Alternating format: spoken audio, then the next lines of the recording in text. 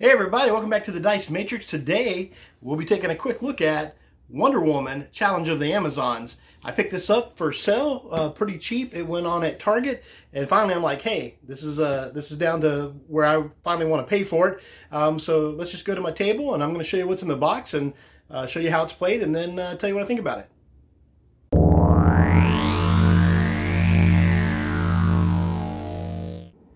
Welcome to the wonderful world of Wonder Woman Challenge of the Amazons. It's got a pretty nice cover.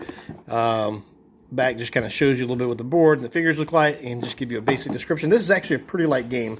Let me just show you, first of all, what's in the box. First of all, you have your rule book, which is very clear. On the back, it has all your little, tells you what each one of your relics do, and then it talks about different things like specialty about the cheetahs, Circes, and Ares. Your bad people that you can fight one of the three bad abilities, and then it goes over the abilities. So it goes over the bad guys' abilities and some of the questions for good abilities. But it breaks it down pretty easy here, very clear. And when it first shows you the setup, it's going to show you Ares, and I'll kind of show you that as well. But each one is very, very simple of how to set up. And basically, right here shows you almost the whole game on how to play. So basically, there's going to be a start of the round where it says the enemy advances. So basically, you're going to do what it says for the enemy under the start of the round, and then under strategize together, you're going to get a bunch of cards. Some will be face up, some will be face down. Then a battle begins. Then, people will take their first action, and then their second action, and then their third action. And then, battle begins is choosing your three actions. And then once that's all revealed, then everybody will take their actions. And then they can choose what order they want to do them in. And then there's the end of the round where you determine how well that you stood up versus Ares, Circe, or the cheetah, and then, result in that damage. So it's pretty straightforward.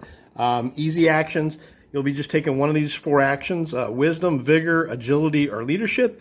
In each game, it might be a little bit different. So your basic actions are where it has your foot, which is like movement, and then special, which is like recruiting, under the leadership. Sorry, bumping my camera there. And you can do that in the command. Those are your basic actions. And then your special actions are your main ones you're going to be doing is to get rid of the enemy's forces, which is spending the wisdom and your swords, which is your vigor. And then, of course, move. And there's sometimes you have to do special actions with the, those are your basic special actions to get rid of roadblocks or whatnot. But I'll explain that here in a second. But let's just show you, first of all, what's in the rest of the box here, which is pretty cool. So, really nice board. I do like how it has like this marble look to it. And check out the backside. This is the first time I've ever seen a game that had like, not just when I first looked there, I was like, wow, that's really cool looking. And, but the neat thing is I didn't realize that this whole backside of the board is a picture of Diana with some really nice artwork. And that just really blew my mind how nice looking that was. I mean, check out that shield there. Is that sweet or what? But yeah, you usually don't have that where, usually it's just a blank or kind of uninteresting back of a board. All right, so here is Myskeria, however they say this place, island. Your heroes are going to start here at the palace, but here's all the locations. Basically, you have temples on the edges. So you got the Temple of Aphrodite, the Temple of Athena. You have a monument to Zeus up there, a monument to Hermes. You got the shore, the watchtower, the gardens, the training grounds, the vault, the woods, the Colosseum, the barracks, the square, and the library. And that's all your locations in the game. And that's basically where your bad guys are going to be popping up. Over here on the left and the right is basically like a hit point track or victory track. This is the good guys. So this is all the girls where the Amazons basically, as we're starting to lose the defense of the island, it goes down. And if it hits zero, the bad guy wins. Ares will win in this situation. And over here, we keep track of basically the hit points or defeat conditions on the bad person. Like I said, in this case, we're going to kind of just show you Ares. And that's how it breaks it down also in the book as well, is it kind of shows you the Ares situation with that. So first of all, let's get looking back to what's left in the box here. Okay, so we know you got your bad guys. So you're going to have Ares is going to be the first one. And each one of these has a different side because it'll show you what you set their health at. And you can also play the backside, which is more health, so it's harder to beat. So he's got 17 on this. But there'll be cubes that I'll show you in a second, and that'll be represented. Each one shows what these cubes are different on each player. So on Ares, the purple cubes will be corrupted Amazons, which are bad, servants of war, which are bad, or he can also, the green ones will be, so you get the orange ones, and the green ones are blockades, which will block off paths to the roads that you have to spend extra movement to try to knock them out of the way. And at the end of the round, on each one of these people, bad things happen if things are left out. So basically, you're going to lose 1 defense, which is off your hit point tracker over here. For every region that there is, sorry, where did I leave? Okay, every region with a servant of war, which is the orange one, you're going to lose 2 defense for each corrupted Amazon that happens to make it all the way to the center of the board in the palace, which is bad because I guess they're just going to try to corrupt the temple, the palace and everybody there. But you lose 3 defense for each region with 5 or more obstacles, these 2 here. So if you have any combination of purple, which is corrupted Amazons and servants of war in a zone, you're going to lose 3 defense for each zone or region, I guess is how they say it in this game, and that's bad. So at the start of the round, we'll show you when I set up, because I'll set this up a little bit and show you basically, well, we'll just say we're going to do like in the book, and we're going to show you Ares, but let's show you what else is in here for this. So we got a bunch of the tokens here. Let me just show you those real quick, and a lot of these are multiplier just in case you run out. So that has, let's say you need more servants of war in play. Well, if you're using these tokens, you're probably in bad shape. Then you have these relics. At the beginning of the game, you'll put so many relics into your deck, your hero deck, and as they pop up, you can choose to either discard it and then maybe try to come across it later, or you can immediately be short a card and place it on the location where the relic is. And if an Amazon ever ends her action on a relic, she gets to keep that, which will give her some special powers. Then you have these little things here. I'm trying to remember what the official term was for it, but there's 4 of these, and that actually goes in this particular scenario. After you choose what Amazons are fighting against Ares, each player, then one of the players will have the Sword of Hephaestus. And these will be placed at each one of the, I believe, is it monuments or temples? Okay. Collect 4 blessings and charge the hero. Okay. I'll remember exactly where to put them. But anyway, like I said, I can do a quick setup on that. But the final blow has to be with the player. So like, let's say, in the instance we'll probably set up, I'll probably use Diana and somebody else, and I'll give Diana the Sword of Hephaestus, and she'll have to have traveled to each one of the 4 locations during the game, besides just putting out the little fires that, stupid Ares is doing. And then once this is totally full, and then he's down to almost no hit points, he never is truly killed. He has to be knocked out, with this being complete as well. So that's something to look out for. All right, let me show you. Here are the standees, and we'll be getting out, for example, the Ares one, and they give you a little stand to put those in. Little plastic stand. I kind of wish they would have used figures for that as well, but then again, it probably wouldn't have made the game as affordable. So let's go ahead and just get this dude going right here. Bad guy, ready to go.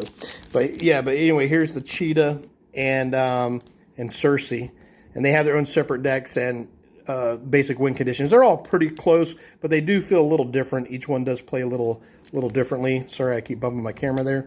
My big fat hands today. All right, let's see what else we got in here. Okay, so we have our different cubes. The white ones are almost always, that I can tell so far, warriors. So there will be ways that you can add warriors to the board. And then you have orange, purple, and green for your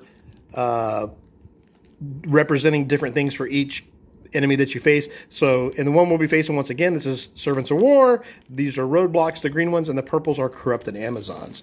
But we'll just kind of, like I said, do a setup in a second. Okay, and then we have our hero deck, which also has, this is how the whole game's played. Okay, so there's so many relics in here. I think we choose so many, but like I said, when I set it up, I'll have it easier for you to see what's going on here.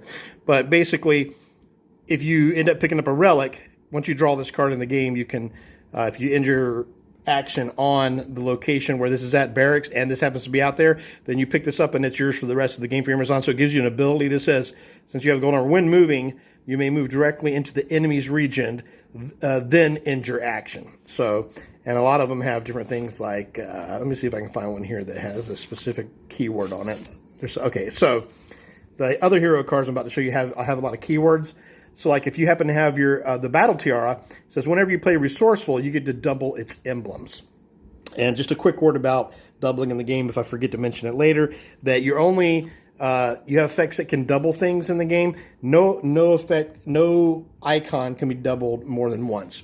Okay, so these are your main cards, and so during the game you're going to be dealt 2 face up and 3 face down, and eventually you'll have to choose 3 on your player board, and then you'll take actions, and then it just shows you, okay, this is basically your icons here. This is movement, which lets you move 3 spaces. That lets you move 4 spaces. This lets you recruit. Anything with a star on the areas on the board, like the barracks, or in this case, like the Coliseum has that. There should be 4 of them. The tower down here.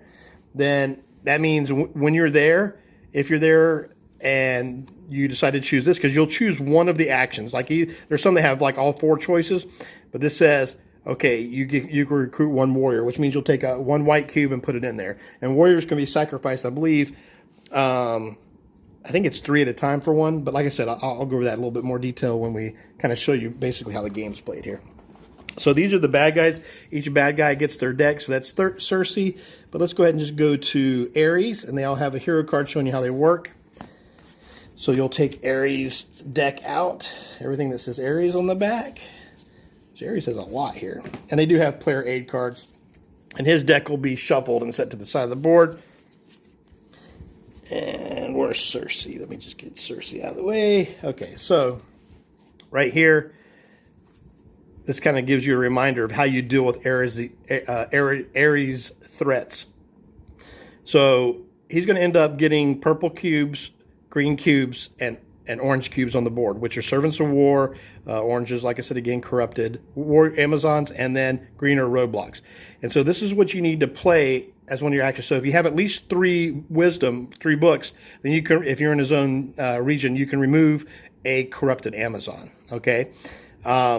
2 swords, you can remove a servant of war. So if you had on one action, if you could generate 4 or 6 or 8, you could remove up to 4 of those. You know what I'm saying? If you had 8, you know, the more every by 2 that you get. Anything that's left over is left over. It's no big deal. Although I will tell you now, you can combine. So basically, you'll end up taking, everybody will take their first action in whatever order you think is best. And then if you have 2 Amazons in the same region, if you're on the same action, you can combine actions. Maybe one has 3 books and the other person has 3 books. Well, that's actually, 6 instead of. You could do it all at once. Well, that's not a good example. Let me do it this way. Okay, remove a sword. So let's say you had one person has 3 swords and the other person has 3 swords and they're both in the same region. Well, that's actually 6 total, but each one could only remove 1. But if they decide to combine their action, then they could remove an extra servant of war because that's 6 swords together. I spoke kind of fast. Hopefully that made some sense. But basically you can combine together to make your stuff more efficient. So there's some more Cerseis. I'm going to set this Ares card out just as a reminder. And then they give you nice little things showing you, like I said, this is the steps. So start around. So each player gets one of these so you know what's going on. And, move, and you can bring warriors with you. That's a nice reminder. I forgot that when I first played. Deploy a warrior, or if you're in a starred region, and then end around is where the enemy attacks. I'll go ahead and keep one of those out too, just so I don't forget to tell you guys something. So the rest in the box that we need to look at real quick before I take the time to set it up is you have your heroes.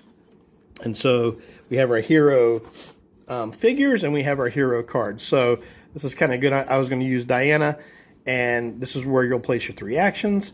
And this is her special ability. During the strategize phase, you may move 1 region. So everything's connected by these roads. And I'll show you a little bit better. And Mala, I'll probably use this one too because she's got a pretty good ability if I'm just going to do a 2-player example. During the strategize phase, you may deploy 1 warrior up into 2 different regions. So if they are in 2 different regions, she can, give them each an extra warrior hanging out with them. Now, this is kind of nice because you can use Diana's ability first. If they happen to be in the same region, move Diana to a separate region. And now Mala's ability will be more effective because she can deploy a warrior up into 2 different regions with heroes. So that's a good way. So these two work synergize well. And I'm just going to show you some other ones here. She gives you extra cards. So if you play Nubia, you get to draw 2 additional face-down hero cards in the beginning of your battle plan, which gives you more options to do things. Philippus, during the strategize phase, draw 1 additional face-up hero card, which is good because it helps everybody figure out what's going on, so that's something. And then during setup, draw 2 relics and choose to keep one. So Artemis is pretty cool. She gets to start off with 1 kind of special relic anyway, which is really cool. So we're going to use these 2 here. But let's take a quick look at the figures, and then I'll kind of set up the board. So these are all really nice. I'm going to go ahead and just pull them out here. So we're going to be going with Diana. I really like her shield there. That's pretty cool. And we're going to go with Mala, I believe. I keep hoping that I'm saying her name right here, but yeah, she's got a pretty good look to her. Yeah, it's something that if I get a little bit, I'm working on my painting. If I get better down, if I get good down the road, I'm definitely would paint these because the gold's fine, but it's just, but having these painted would be awesome. I forget which one she is, but I like the fact that she has a very sharp weapon and a real long ponytail there, so she's got to be careful not to cut her ponytail off. I really love this girl's sword here. This is awesome. So I mean you could go to the meat cutters and take a big chunk of ham off and walk out with it. Who's going to question you with that sword? Am I right? And then we got I forgot this, but the spear chucker here. This girl, boy, she really. I don't know. It looks like something kind of got on her, maybe manufacturing or something. I got gold paint. I can paint over that. She's got a little bit of something, or maybe I'll just leave it on there like that. She was in battle already. Somebody threw a fireball at her and she blocked it or something. Kind of like that. I like telling stories since I'm not good at the games. Okay, so I'm going to do a basic setup and I'll be right back.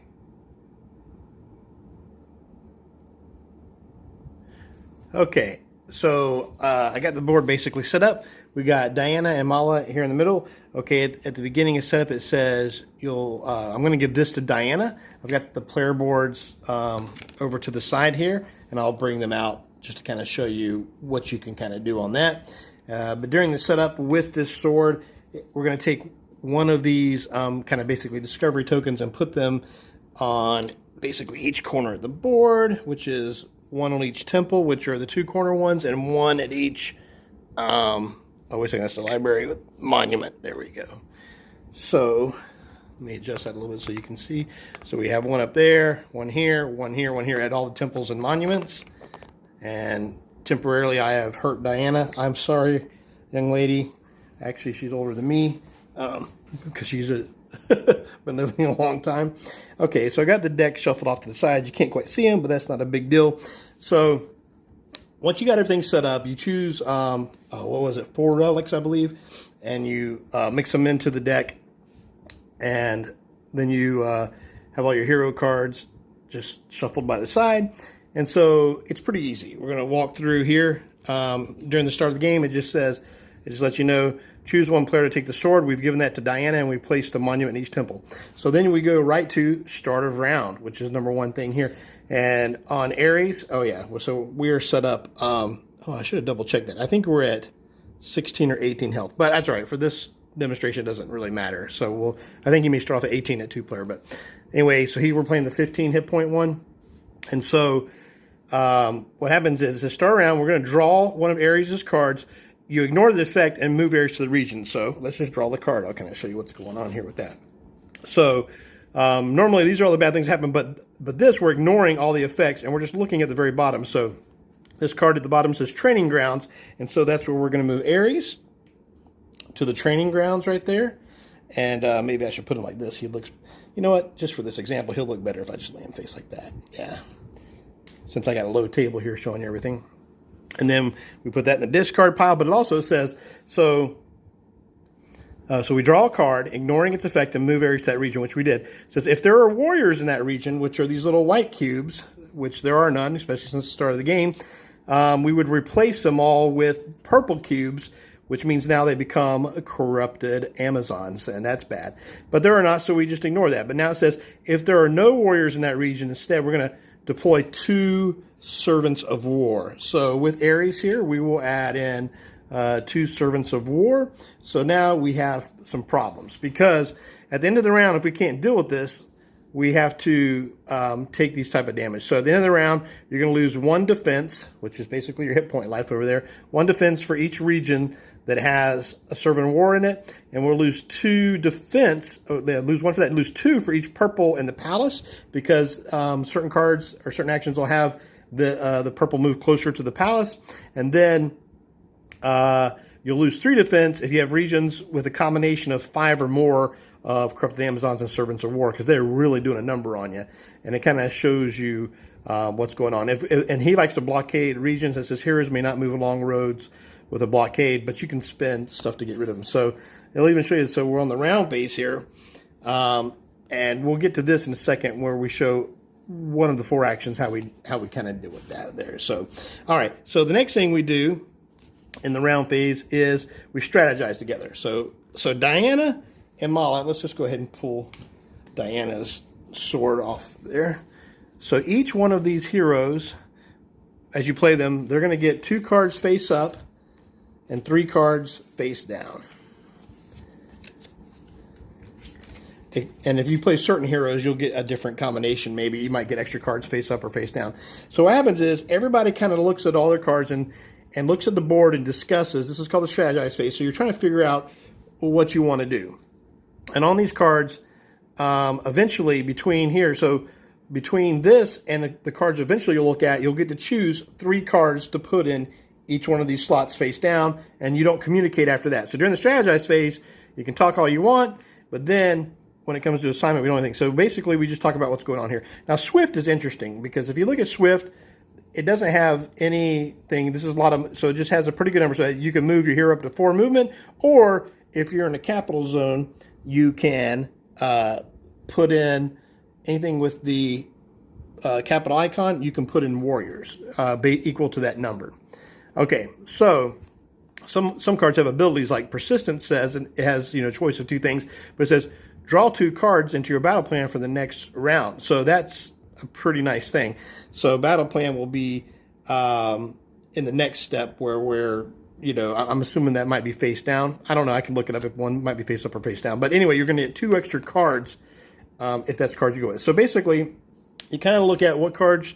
Okay, we're going to have blah, blah, blah, blah, blah. Okay, now the fun part of the game is, now secretly, everybody picks those 2 cards back up to their hand, and then you're going to look at their other 3 cards secretly with all their cards in their hand, and then they're going to decide. You may have decided, okay, it's best if I go here and I do this and you do that, but then all of a sudden, like, wow, I've got these new cards. I have quite a choice. I didn't even realize I could, do this, or this one gives me an extra capital, so maybe I'll put an extra warrior into play. But let's just say for, fun, I'm just going to put them down random, and let's just see how it turns out here. So, and Diana chooses her 3. These are all actually face down. I guess I should do it that way. Okay. Some of these don't really make as much sense, so let me see if I really goofed on something here. No, don't think so, because there's some that say, yeah, that's not going to work. Okay, yeah, no, that's not going to hurt them, because some cards will say, if this is your first action, then you get to double your emblem icons. So, okay, so every player, once they've kind of discussed, now they looked at all their cards, and now they don't discuss the 3 secret cards they got. Then they lay out their battle plans. So basically, this is the battle plans where you're going to play your cards now. So you play your cards out, and then we're going to take actions, which is the 4th step. So everybody flips over and reveals. Now, once everybody has revealed this, they can discuss the actions that they have. So Diana is going to be able to either move 3, or if she's in a capital zone, which she's not in a recruitment zone, which are the 4 of those on the board. But if she's not in a recruitment zone, so she's going to move on hers. So, I mean, she's like, hey, guys, I'm just trying to relocate, because she knows what she's played. So she's probably going to try to work her way to the Servant of War, which is only 1 away. But maybe that was her best movement card. I don't know. Like I said, I just do them kind of random. And so on her first action, she can move to or produce. So everybody's trying to move, basically. So let's just say, okay, sorry. Let's rewind just a little bit. I forgot about their special abilities. So during the strategize phase, what would probably happen is Diana would probably have already moved over here, because she can move 1 region during that phase. And then during Mala's strategize phase, she can put a warrior into 2 separate zones with heroes. So she definitely would have done that. That's the smartest thing to do. And then from there, which probably would have affected, they probably went right for swords if they had them. So I'm not really seeing a lot of swords. So let's just kind of assume that was here, and that was here, you know, and this was here, and this is here, sorry. Okay, makes a little bit more sense. Okay, so this will be a wiser thing to do here. All right.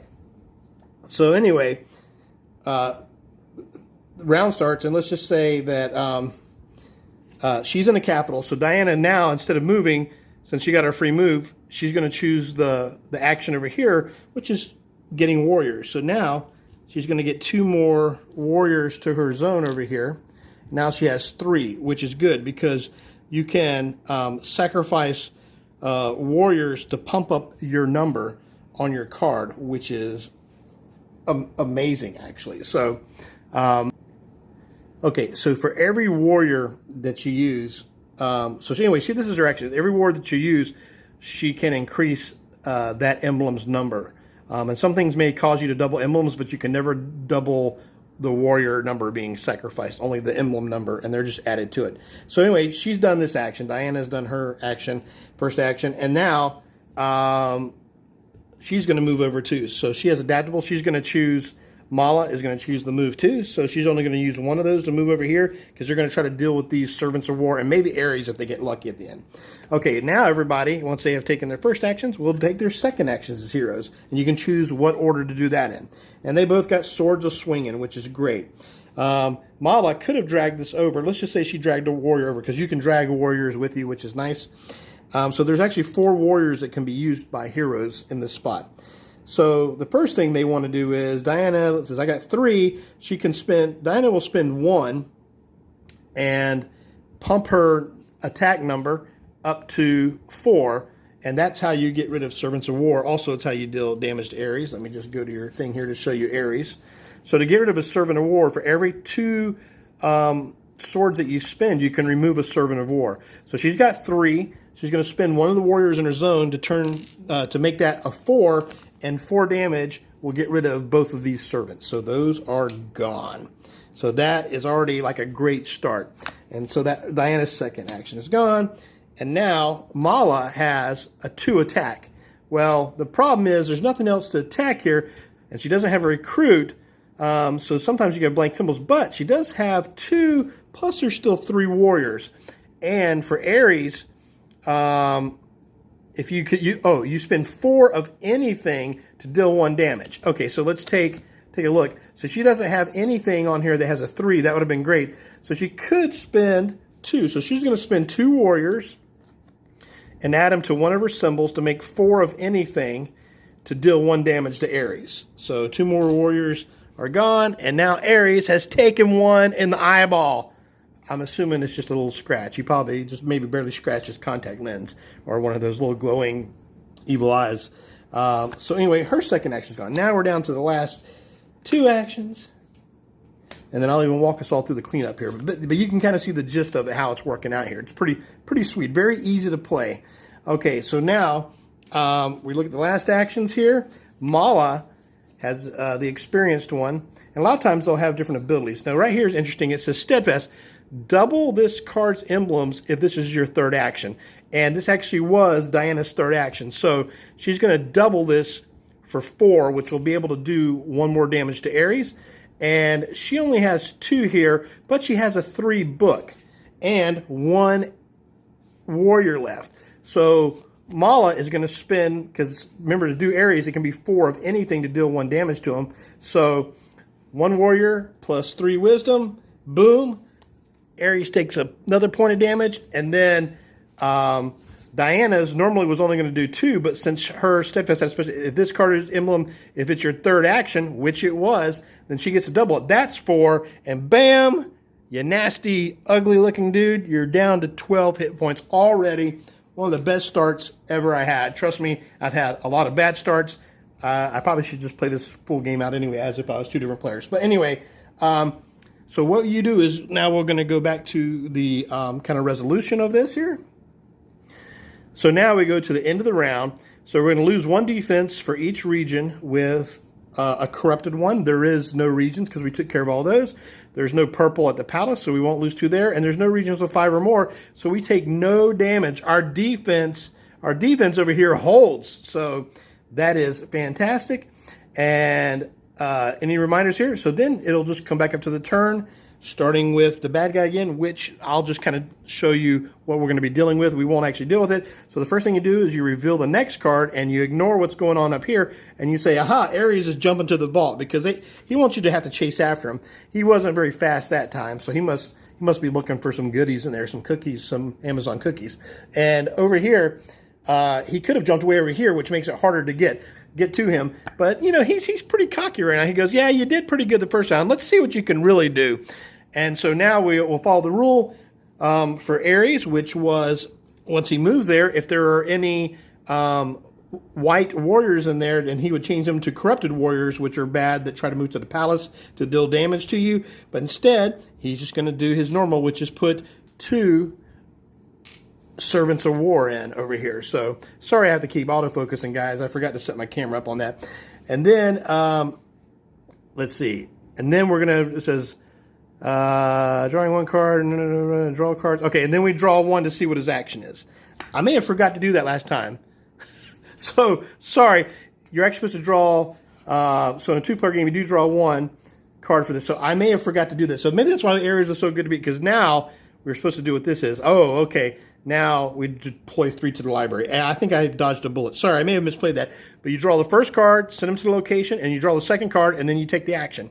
So we look at the library, which is way up over here. I'll pull the board down a little bit so you guys can see that a little bit better. And now we've got 2 servants of war here, 3 servants of war up there. I probably missed that for last time, so that's probably why it was easier, or else we probably would have lost a defense or something. So, or we may have chose not to do as much to Ares. But anyway, that's basically how the bad guy works. It starts off with him. You basically draw a card, send him to the location, then you draw the next card, and then you do what it says. Usually, which is deploying stuff or moving stuff. Like if there's corrupted warriors, they'll try to move, or he might put up blockades where you can't move in directly to mess with them, which is awesome. And then you'll take your turn, which is grabbing 5 cards. 2 will be face up. You strategize. And then after you discuss what you may do, then you grab all your cards, and then you lay 3 out, discard the rest of them. If a card happens to be a relic, if you get a relic, you can immediately just go, like, let's say you drew this card, the spear. You go, okay, the spear is actually located at the Temple of Athena, which is, I'm getting lost on my own. Okay, down here, actually. Sorry, Diana, let me move you out of the way. Then you can either choose to, like, let's say your 2 face-up cards came up as these. Now you have a choice. You can go, okay, you know you still have 3 face-down cards, but you have less information. You can either discard this and draw another card, and then later on, if you draw it, you can try to get this. Or you can go, you know what, I'm going to discard this. I don't get a card to replace it, but now I get to put this relic at the Temple of Athena. And when I get there, in an action on there, I will be able to get that and its ability. And now, anytime with that character who has the spear, whenever you play a card that says confident, you get to automatically double its emblems. Just remember that you can't double emblems more than once, and warriors do not get doubled. But that's how simple it is. Okay, so there you have it. Besides the one little mistake I probably made where I forgot to flip over a second card at the beginning, the game is super easy to play. Not always super easy to win, but it's just so easy. The bad guy takes their 2 card action flips, and then you take, basically you strategize grabbing those cards, and take a quick second to review the face-up ones, and then make some tentative plans. Then grab your 5 cards, make your plan secret, and then see how it works out, resolving the actions one by one. I think this is a very nice, easy, lightweight, introductory, cooperative game. I enjoy this more than your pandemics and stuff because I just feel like they're a little bit too boring. This seems a little more thematic, and it feels like I'm actually kind of fighting something. So I enjoy it. I really like it for a simple, lightweight game. All right, thanks for watching the Dice Matrix. Until next time, my friends, keep the dice rolling.